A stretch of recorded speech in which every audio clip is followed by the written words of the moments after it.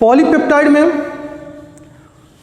हम देखेंगे कि पॉलीपेप्टाइड जब अल्फा अमीनो एसिड, पॉलीपेप्टाइड में बहुत सारे जब अल्फा अमीनो एसिड आपस में कॉम्बिनेशन करके हैवियर मॉलिक्यूलर मासेस के कंपाउंड का जब फॉर्मेशन करते हैं तो उसी को हम बोलते हैं पॉलीपेप्टाइड।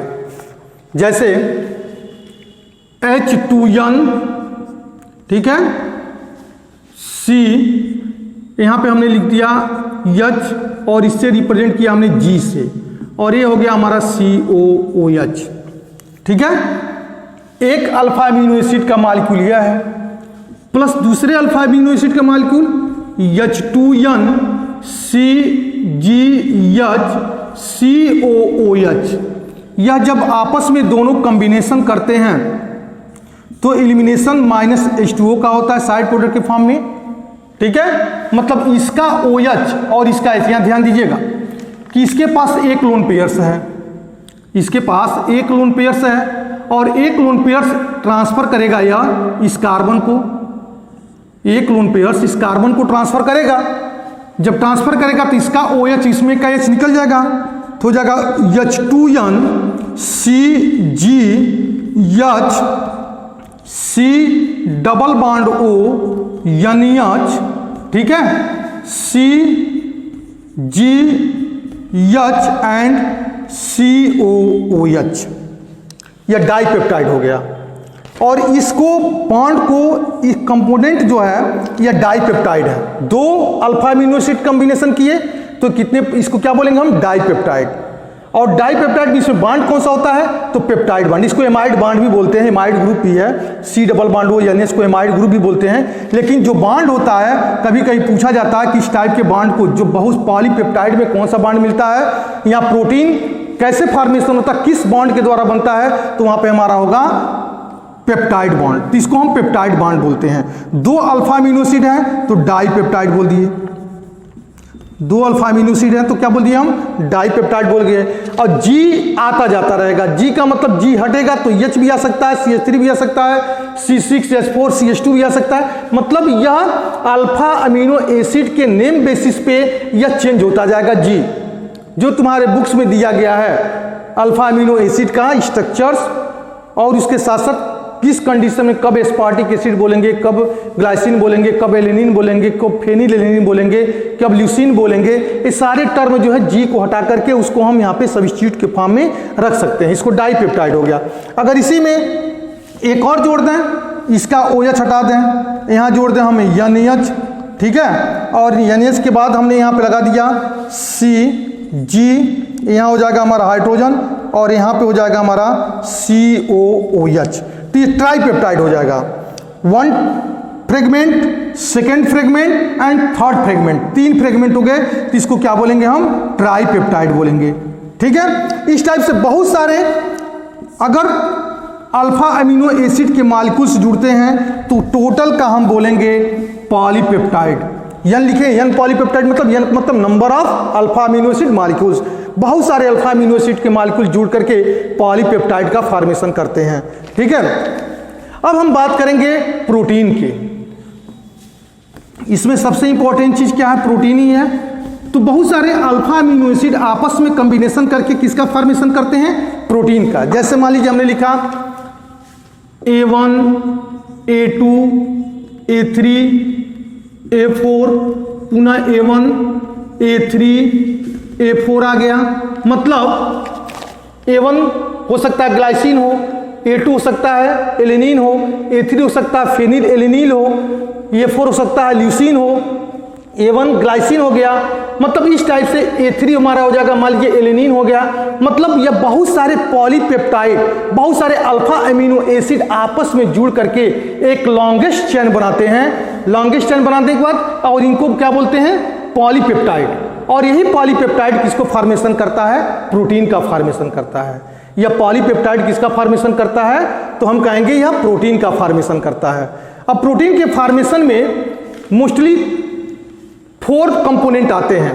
कौन कौन, primary structures of the protein, primary structures of protein, second secondary secondary structures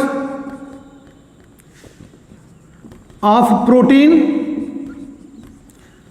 third tertiary structures of the protein, tertiary structures of the protein, and fourth है quaternary structures of the protein, quaternary structures of protein. ये 4 component आते हैं। Primary structures of protein क्या है, किसमें पता लगाना है कि प्रोटीन में किस अल्फा एमिनो एसिड का कंपोनेंट है। हम ये कहेंगे कि A1 A2 जो यह पॉलीपेप्टाइड का चेन है, क्या यह बिल्कुल सीधा होता है? तो नहीं, यह सीधा नहीं होता, कुछ इस टाइप का मॉडल का होता है, स्प्रिंग टाइप का होता है। ठीक है, ये जो पॉलीपेप्टाइड का चेन होता है यह किस फॉर्म में होता है? तो यह स्प्रिंग मॉडल में होता है, जिसको हेलिक्स बोलते हैं। क्वाल टाइप का होता है, इसको क्या बोलते हैं हम? हेलिक्स बोलते हैं। ठीक है, अब इस प्राइमरी स्ट्रक्चर्स प्रोटीन यह कह रहा है कि इसमें जो ये स्ट्रक्चर्स है इसमें किस टाइप के अल्फा एमिनो एसिड का कॉम्बिनेशन है। जैसे मान लीजिए यहाँ पे हमने लिखा A1, पुनः आ गया यहाँ पे A2। जैसे A1 A2 नहीं, हम इसको डायरेक्ट फार्मूला में रिप्रेजेंट कर रहे हैं। जैसे मान लीजिए हमने यहाँ पे लिखा, पहले क्या आता था हमारा? नाइट्रोजन है, पुनः कार्बन है, पुनः कार्बन है, फिर नाइट्रोजन है, फिर कार्बन है, फिर कार्बन है, फिर नाइट्रोजन है, फिर कार्बन है, फिर कार्बन है, फिर नाइट्रोजन है, फिर कार्बन है, फिर कार्बन है, फिर नाइट्रोजन है। इस टाइप से जब पॉलीपेप्टाइड के चेन बन रहा था तो कार्बन है, पुनः इसमें जो है फिर कार्बन है, फिर नाइट्रोजन है। इस टाइप से हमारा जो मिलता जा रहा है कि नाइट्रोजन कार्बन, फिर नाइट्रोजन कार्बन, नाइट्रोजन कार्बन, ऐसा होता जा रहा है। मतलब एक बार नाइट्रोजन, 2 बार कार्बन, पुनः नाइट्रोजन, पुनः कार्बन। तो यह जो प्राइमरी स्ट्रक्चर्स ऑफ प्रोटीन यह बता रहा है, अगर तुमसे कोई पूछे कि प्राइमरी स्ट्रक्चर्स ऑफ द क्या, प्राइमरी स्ट्रक्चर प्रोटीन क्या है, तो तुम्हारा आंसर ही होगा कि प्राइमरी स्ट्रक्चर्स ऑफ प्रोटीन यह बता रहा है कि किस टाइप के अल्फा एमिनो एसिड का कॉम्बिनेशन है, कि कौन सा अल्फा एमिनो एसिड इसमें मिल रहे हैं।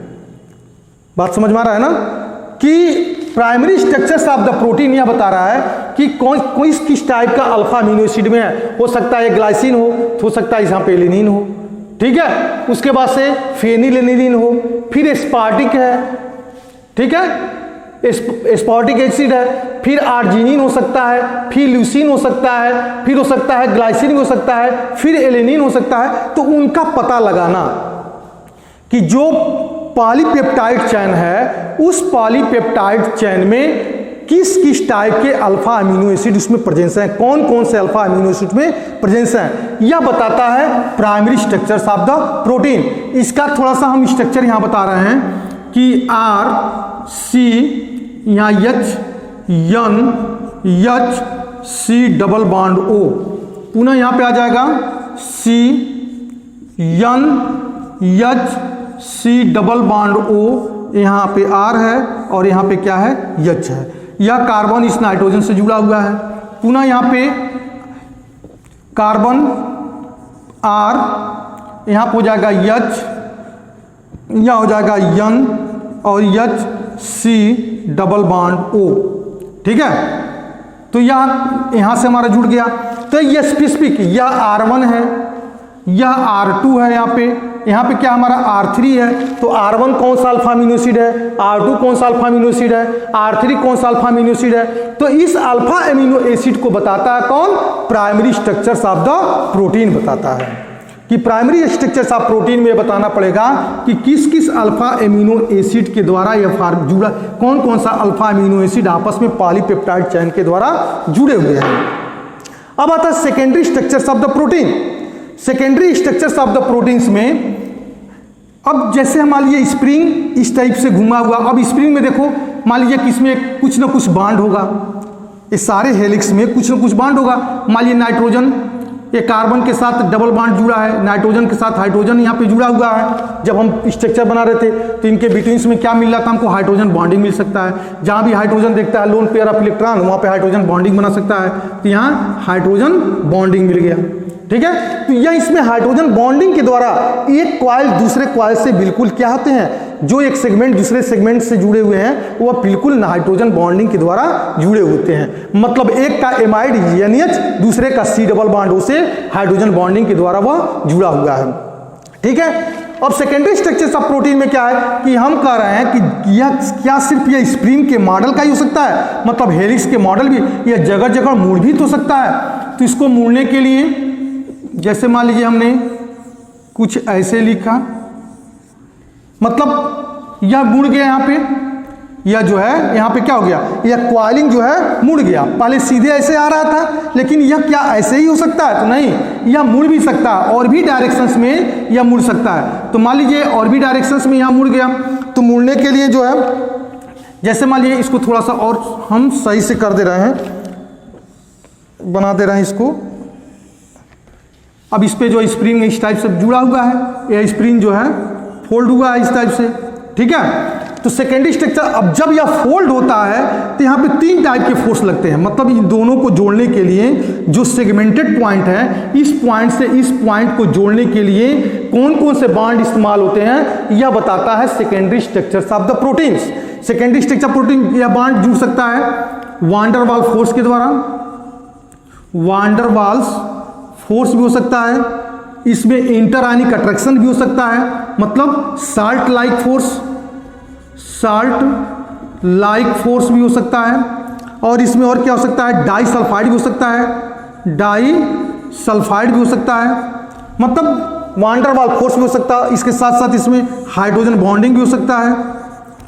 क्या हो सकता है? हाइड्रोजन बॉन्डिंग भी हो सकता है। मतलब यह टर्म और यह टर्म जो एक दूसरे मुड़े हुए हैं, जो फोल्ड हैं, यह टर्म जो फोल्ड हैं, वह किसके कौन कौन से फोर्स इसमें काम कर रहे हैं? तो वांडर वाल फोर्स भी काम कर रहा है। वांडर वाल फोर्स कब काम करेगा?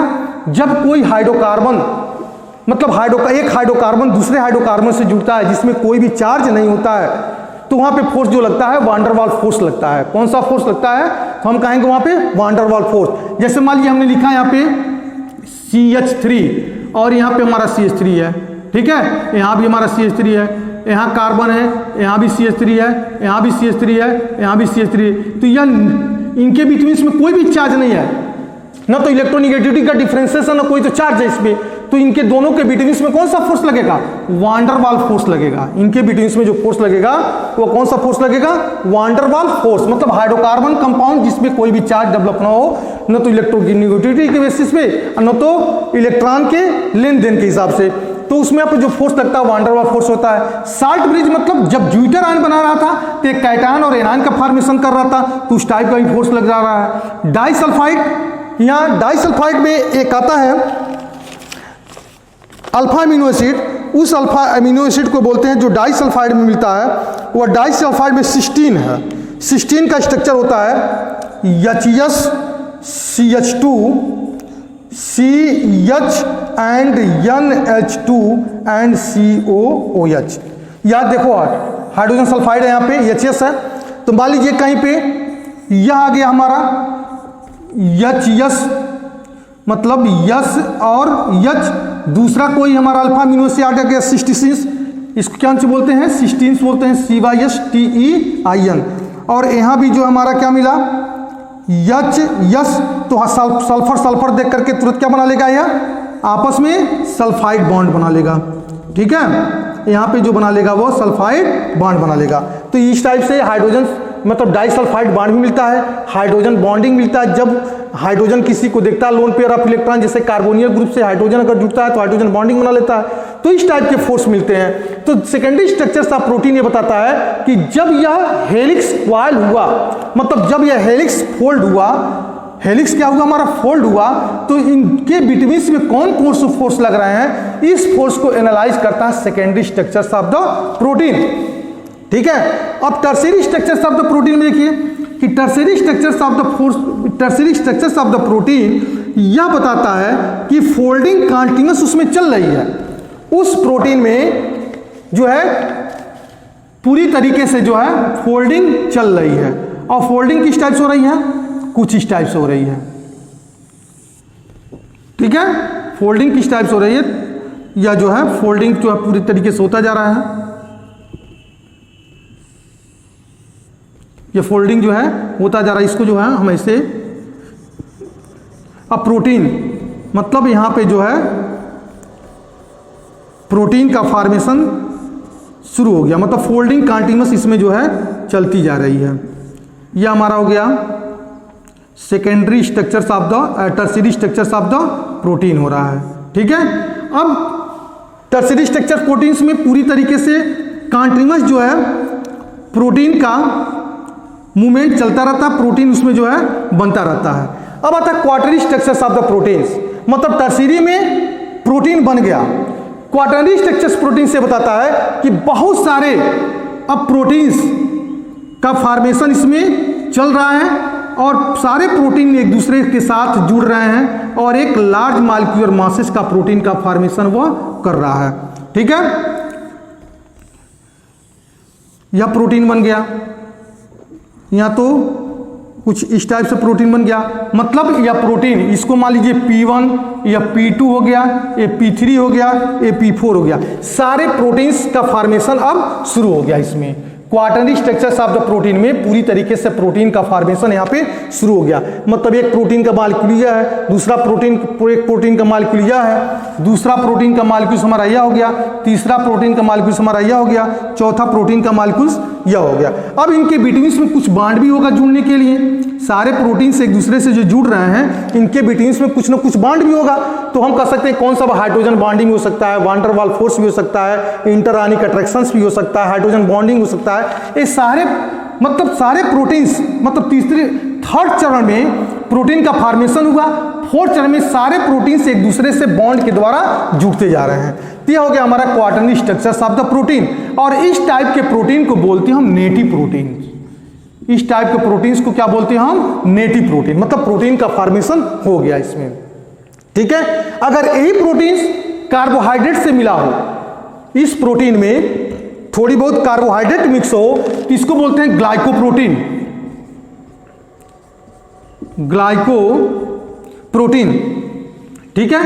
जब सिर्फ प्रोटीन है, प्रोटीन के साथ कुछ भी नहीं मिला है, तब उस कंडीशन में इसको क्या बोलेंगे? Native protein. लेकिन इसी प्रोटीन के साथ कुछ कार्बोहाइड्रेट के मॉलिक्यूल्स आ जाते हैं, तो उसको हम ग्लाइकोप्रोटीन बोलते हैं। इसी प्रोटीन के साथ अगर हमको लिपिड के मॉलिक्यूल्स आते हैं, फैट और लिपिड के मॉलिक्यूल्स होते हैं, तो जुड़ जाते हैं, तो उसको बोलते हैं लाइकोप्रोटीन। क्या बोलते हैं इसको? हम लाइकोप्रोटीन बोलते हैं। इसी प्रोटीन के साथ कुछ फास्फेट भी मिल जाते हैं, कुछ फास्फेट के मॉलिक्यूल होते हैं, उसको बोलते हैं फास्फेट प्रोटीन बोलते हैं। उसको क्या बोलेंगे हम? फास्फेट प्रोटीन भी बोलेंगे। मतलब ग्लाइकोप्रोटीन, लाइकोप्रोटीन और फास्फेट प्रोटीन। यह कंडीशन कब आएगा? जब कंजुगेटेड प्रोटीन का फॉर्मेशन होगा तब। कंजुगेटेड प्रोटीन मतलब वो प्रोटीन होता है कि अगर प्रोटीन के साथ कार्बोहाइड्रेट मिला हो तो ग्लाइकोप्रोटीन, प्रोटीन के साथ लिपिड मिला हो तो लाइकोप्रोटीन, प्रोटीन के साथ फास्फेट के मॉलिक्यूल्स मिले हो तो फास्फेट प्रोटीन, और इस टाइप के प्रोटीन को बोलते हैं कंजुगेटेड प्रोटीन। इस टाइप के प्रोटीन को क्या बोलते हैं हम? कंजुगेटेड प्रोटीन बोलेंगे। ठीक है, जब प्रोटीन के साथ कोई मॉलिक्यूल्स नहीं मिला था तो उसको हम नेटिव प्रोटीन बोलते हैं। लेकिन प्रोटीन के साथ कुछ कॉम्प्लेक्स, कुछ अलग बायोमॉलिक्यूल्स मिल गए, जैसे ग्लाइकोप्रोटीन होगा, कार्बोहाइड्रेट मिल गए, फैट लिपिड मिल गए तो लाइकोप्रोटीन, फास्फेट के मॉलिक्यूल्स मिल गए तो फास्फेट प्रोटीन हो गए, तो इसको बोलते हैं, इस टाइप के प्रोटीन को बोलते हैं हम कंजुगेटेड प्रोटीन बोलते हैं।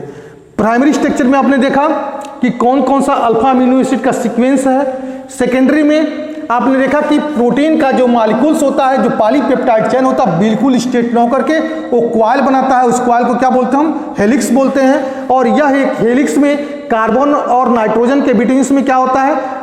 जो NH ग्रुप होता है और C डबल बॉन्ड ग्रुप होता है, उसमें हाइड्रोजन बॉन्डिंग के थ्रू एक क्वाइल दूसरे क्वाइल से बिल्कुल क्या होता है? अरेंजमेंट होता है। टर्शियरी में फोल्डिंग फर्दर होता गया, टर्शियरी में जो है फोल्डिंग फर्दर होता गया, और फोल्डिंग होने के बाद जो है जो फोल्ड हो रहा था वो कौन कौन से बॉन्ड मिल रहे थे, उसमें कौन किस बॉन्ड के द्वारा जुड़ा होता। क्वार्टरी में सारे प्रोटीन के मॉलिक्यूल एक दूसरे से बॉन्ड के द्वारा जुड़ करके प्रोटीन का फॉर्मेशन कर दिए। ठीक है, अब आता है कि अगर इस प्रोटीन, सपोज दैट बॉडी का टेम्परेचर हमारा 37 डिग्री सेल्सियस है, बॉडी का टेम्परेचर हमारा जो है 37 डिग्री सेल्सियस है, अगर ऑन स्पॉट किसी कंडीशन बस टेम्परेचर 37 से 39 डिग्री सेल्सियस इंक्रीज कर गया, 37 से 39 डिग्री सेल्सियस टेम्परेचर इंक्रीज कर गया तो हम कहेंगे 2 ही डिग्री सेल्सियस तो बढ़ा है, लेकिन इस 2 डिग्री सेल्सियस टेम्परेचर पे प्रोटीन का जो बायोलॉजिकल सिस्टम है वो फेल कर जाता है। इसकी पीएच चेंज हो जाएगी, इसका टेम्परेचर चेंज हो जाएगा, तो वह प्रोटीन क्या हो जाएगा, डिस्टर्ब हो जाएगा। वह प्रोटीन जो है उसका जो है पूरी तरीके से डिस्टर्ब हो जाएगा और उस टाइप के प्रोटीन को बोलते हैं डीनेचुरेशन ऑफ द प्रोटीन। अगर प्रोटीन के फॉर्मेशन में उसकी पीएच चेंज हो जाए, टेम्परेचर चेंज हो जाए, तो प्रोटीन का फॉर्मेशन जो नेटिव प्रोटीन था वो किस में आ जाएगा, डीनेचुरेशन ऑफ द प्रोटीन्स। और 2 डिग्री सेल्सियस टेम्परेचर बढ़ने से उस पर्सन की डेथ भी हो सकती है, क्योंकि इस प्रोटीन का स्ट्रक्चर पूरी तरीके से क्या हो जाएगा, हमारा चेंज हो जाएगा, और उसी को बोलते हैं डीनेचुरेशन ऑफ द प्रोटीन बोलते हैं।